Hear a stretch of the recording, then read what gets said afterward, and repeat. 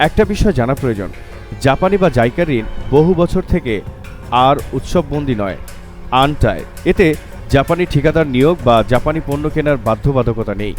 JICA গাইডলাইনে যোগ্য সব দেশের ঠিকাদারদেরই দরপত্রে অংশগ্রহণের সুযোগ আছে। প্রতিযোগিতামূলক দরে কাজ দেওয়াই নিয়ম। তবে বহু বছর থেকে ঢাকাস্থ জাইকা অফিস, জাপানি ঠিকাদার, তাদের স্থানীয় এজেন্ট ও আমাদের দুর্নীতিবাজ সরকারের যোগসাজশে বাংলাদেশে দীর্ঘদিন যাবৎ জাপানি ঋণ লুণ্ঠনের হাতিয়ার হিসেবে ব্যবহার হচ্ছে। এটা শুরু হয় পরামর্শক বা কনসালটেন্ট নিয়োগের মধ্য দিয়ে।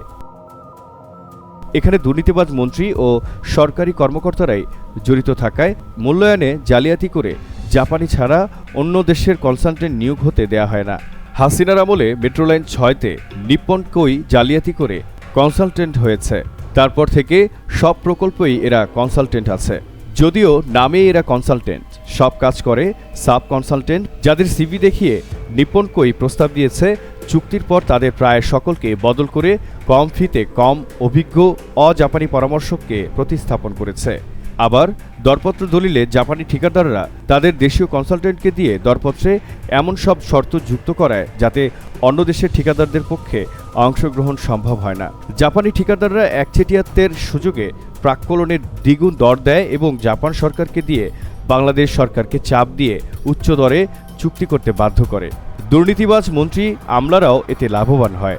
শেখ হাসিনার আমলে এটা মহামারীর রূপ নিয়েছিল। সরকারের দুর্নীতির বিষয়ে দেশে অনুসন্ধানী সাংবাদিকতা তেমন একটা না থাকায় জাপানিদের সাগরচুরি বিষয়গুলো দেশবাসীর অজানাই থেকে যাচ্ছে। তবে ভারতে জাপানিদের পক্ষে এটা সম্ভব হয় না। দেশটির রাজনীতিক ও কর্মকর্তাদের সবার আগে ভারত নীতি ও দেশপ্রেমের কারণে ভারতীয় প্রতিষ্ঠানই জাপানি প্রকল্পে ঠিকাদারি কাজ করে।